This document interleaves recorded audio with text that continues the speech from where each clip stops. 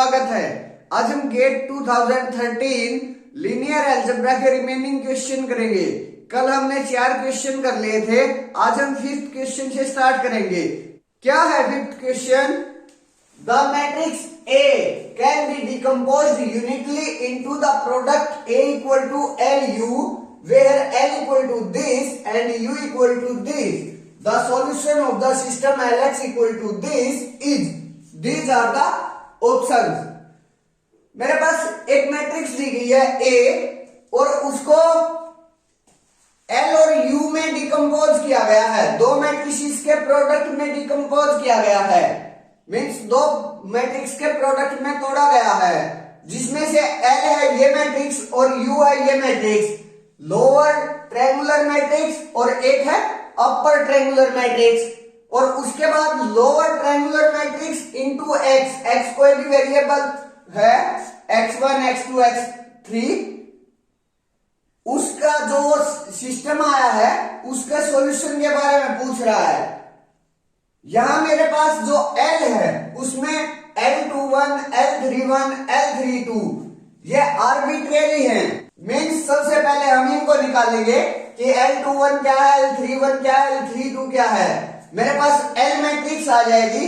उसके बाद हम Lx इक्वल टू दिस, इसका जो ये सिस्टम आएगा उसका सॉल्यूशन निकाल लेंगे, क्योंकि हमें पहले ये तो पता होना चाहिए कि जो मेरी कोफिशिएंट मैट्रिक्स है वो एग्जैक्ट है क्या। उसके लिए देखिए हम क्या करते हैं, इन दोनों का प्रोडक्ट कर लेते हैं और उसको इस मैट्रिक्स के इक्वल रख देंगे, तो मेरे पास इनकी वैल्यूज आ जाएंगी। प्रोडक्ट कीजिए M into U 1 0 0 L21 1 0 L31 L32 1।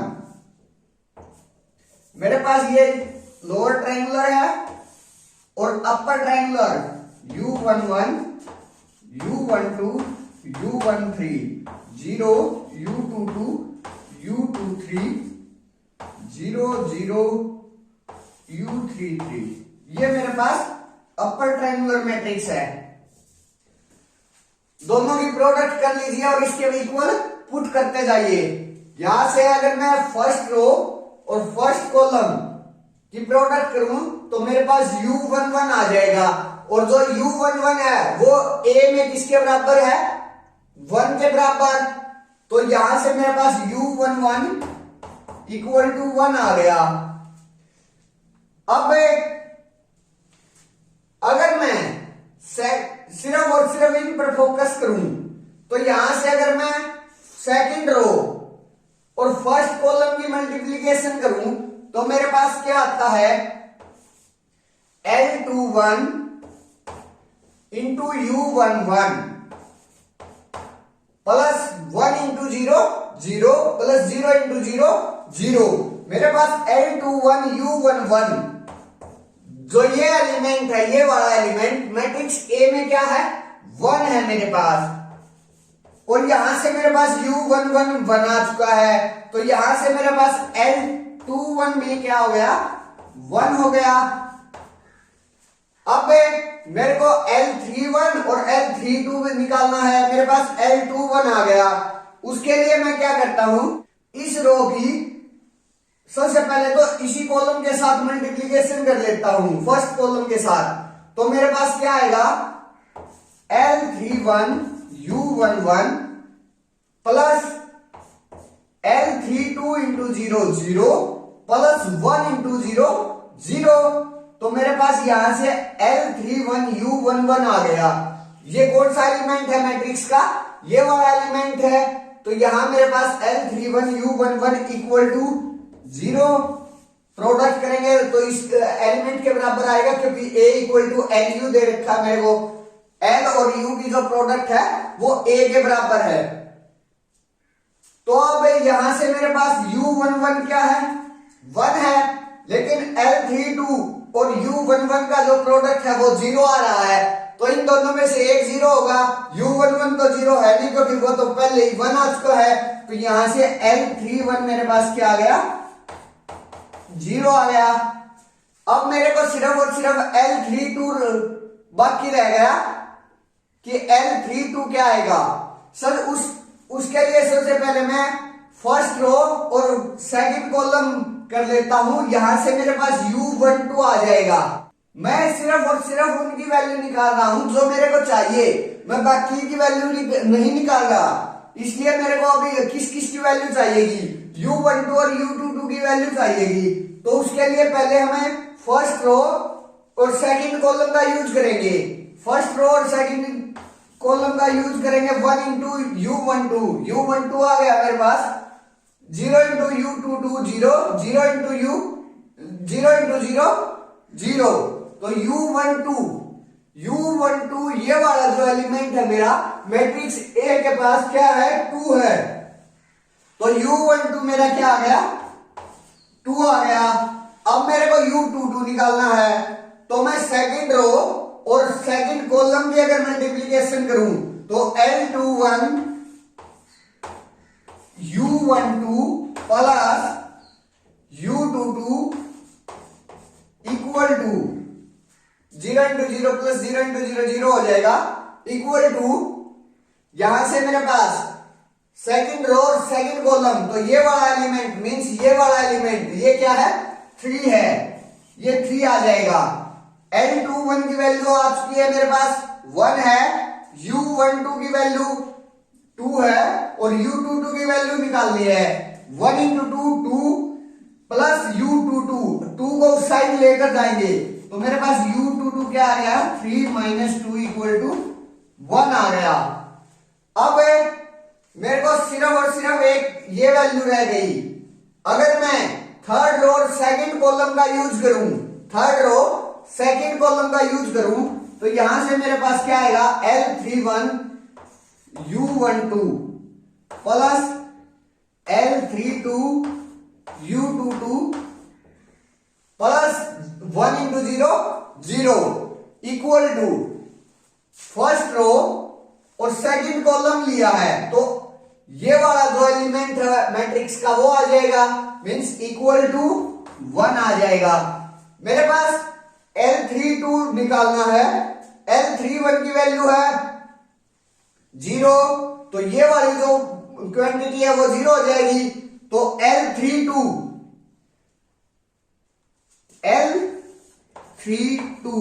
U22 की क्या वैल्यू आई हुई है, 1, तो यहां से मेरे पास L32 इक्वल टू 1 आ गया। मेरे पास वैल्यूज आ गई, L की कंप्लीट वैल्यू आ गई मेरे पास। L21 क्या है मेरे पास 1, L31 क्या है मेरे पास 0 और L32 क्या है मेरे पास 1।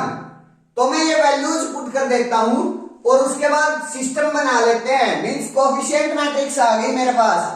L21 क्या आया, कोफिशिएंट मैट्रिक्स का L21 मेरे पास आ गया 1, L31 क्या आया 0, L32 क्या आया मेरे पास 1। अब इसका मेरे को सिस्टम बनाकर सॉल्यूशन निकालना है। सिस्टम की एक कोफिशिएंट मैट्रिक्स आ गई मेरे को Lx इक्वल टू दिस लेकर आना, इसका सॉल्यूशन निकालना है। तो मेरे पास L क्या है 1 0 0 1 1 0 0 1 1, ये वाली मैट्रिक्स है। x को मैं अगर x1 x2 x3 मान लूं, x1 x2 x3, तो मेरे को यहां x1 x2 x3 की वैल्यूज निकालनी है। b क्या है मेरे पास 1 2 2, ये नॉन होमोजेनियस सिस्टम आ गया। अब इसका सॉल्यूशन देख लेते हैं। फर्स्ट रो इस कॉलम के साथ मल्टीप्लाई करूंगा तो यहां से मेरे पास x1 इक्वल टू 1 आ गया, x1 की वैल्यू आ गई 1। यहां से x1 plus x2 equal to 2 आ गया, तो x1 की वैल्यू क्या है मेरे पास 1, तो यहां से x2 की वैल्यू क्या आ जाएगी, वो भी 1 आ जाएगी मेरे पास। अब इस रो का इसके साथ मल्टीप्लीकेशन करूंगा तो x2 plus x3 equal to 2 आ जाएगा। और यहां मेरे पास x2 क्या आया हुआ है, 1 आया हुआ है, तो x3 तो 1 को मैं उस साइड लेकर जाऊंगा तो x3 equal to 2 minus 1, x3 भी क्या आ जाएगा मेरे पास 1 आ जाएगा। ये मेरे पास सॉल्यूशन आ गया इस सिस्टम का, x1 equal to 1, x2 equal to 1, x3 equal to 1, means 1 1 1 उसका transpose. Option A is the right answer. Next question, question number 6 क्या है मेरे पास, let M be the space of all 4x3 matrices with entries in the field of 3 elements, then the number of matrices of rank 3 in M is, these are the options। M कोई भी space दे रखा है 4x3 matrices का, उसके बाद जिसकी जो entries है वो 3 एलिमेंट्स, फील्ड ऑफ 3 एलिमेंट से आ रही है, मीन्स जो एंट्रीज है वो F3 से आ रही है। Then the number of matrices, हमें नंबर ऑफ मैट्रिसेस बतानी है, रैंक जिनका रैंक 3 हो इन M, इस M के पास 3 रैंक की कितनी मैट्रिसेस होंगी, हमें यह बताना है।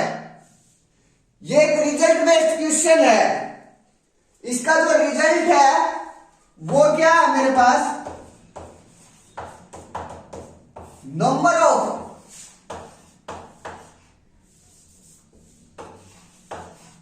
मैट्रिसेस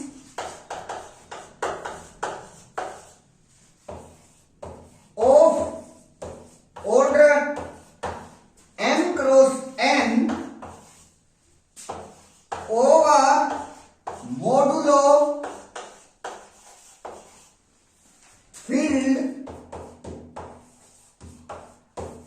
P where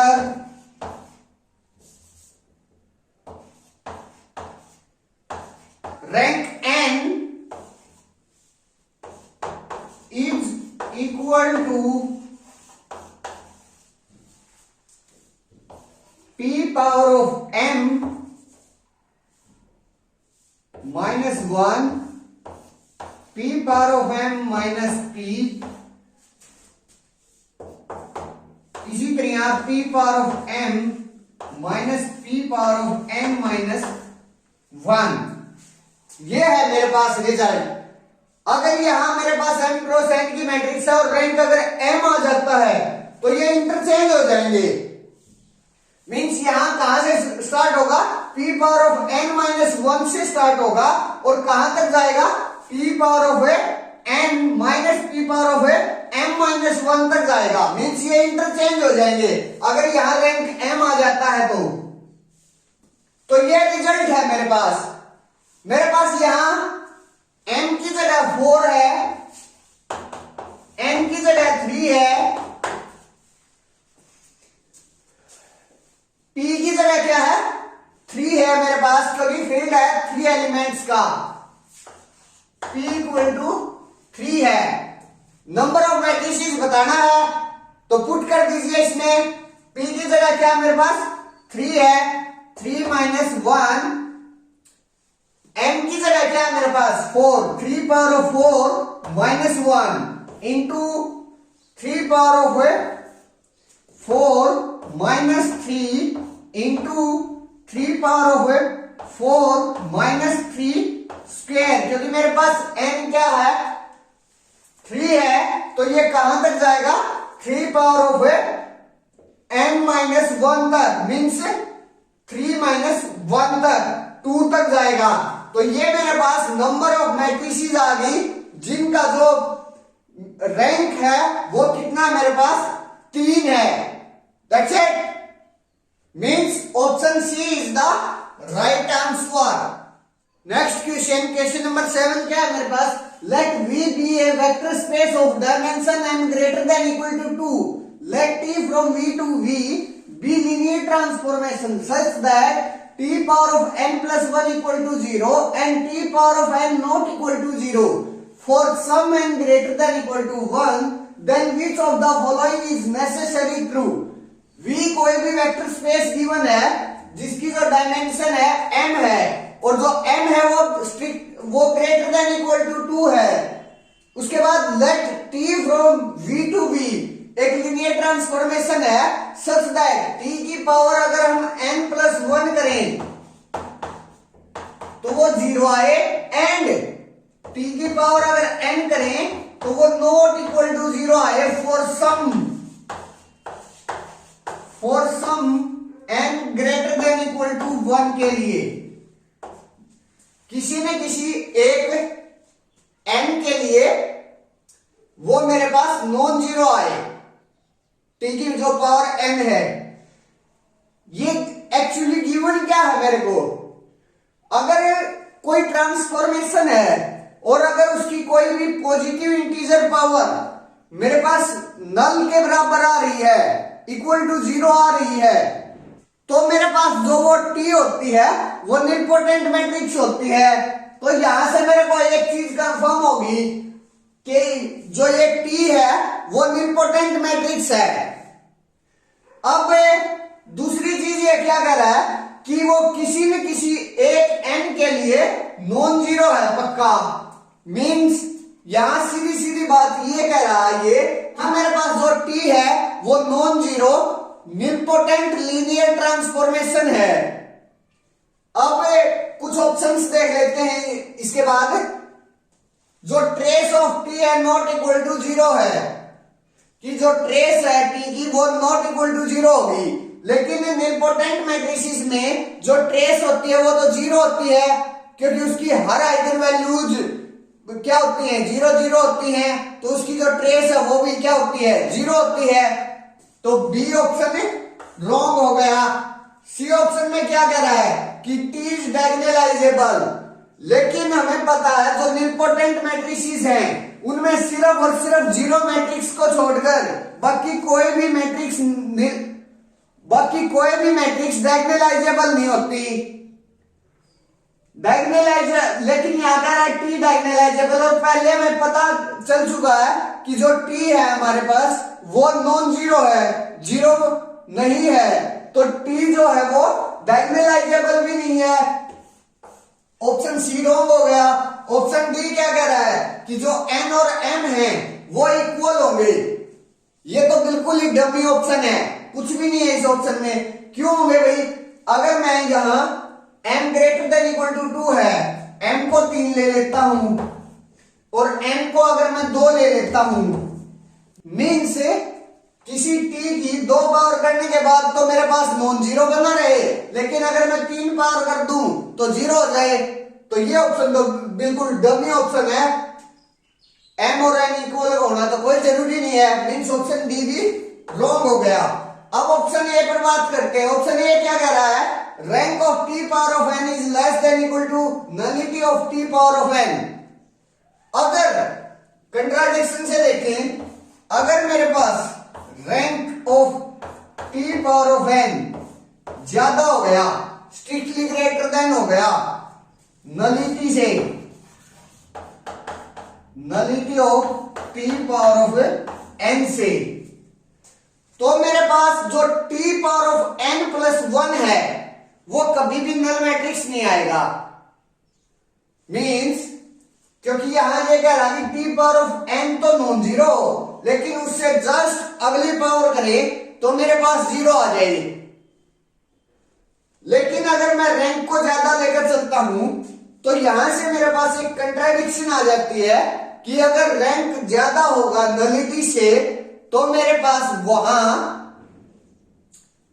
जो नेक्स्ट पावर है t की पावर n प्लस 1 वो कभी भी 0 को नहीं बनेगा, क्योंकि वहां रैंक ज्यादा है नलिटी कम है। तो अगर हम नेक्स्ट पावर करेंगे तो ये तो है नहीं कि एकदम से नलिटी उठ जाएगी, धीरे धीरे ही ऊपर जाएगी वो। अगर मैं उसकी नेक्स्ट पावर करूंगा तो जो रैंक है वो या तो उसके बराबर जाएगा या उससे थोड़ा सा 1-2 पॉइंट कम जाएगा। ये नहीं होगा कि वो बिल्कुल ही 0 चला जाए। मीन्स यहां कंट्राडिक्शन आ गई।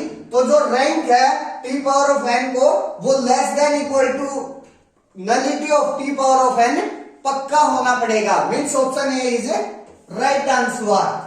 अगर आपको मेरी वीडियोस पसंद आ रही है तो कृपया वीडियोस को लाइक करें, शेयर करें और चैनल को सब्सक्राइब करना ना भूलें, ताकि मेरा कॉन्फिडेंस बना रहे और मैं आपके लिए ऐसी वीडियो डालता रहूं। Thank you.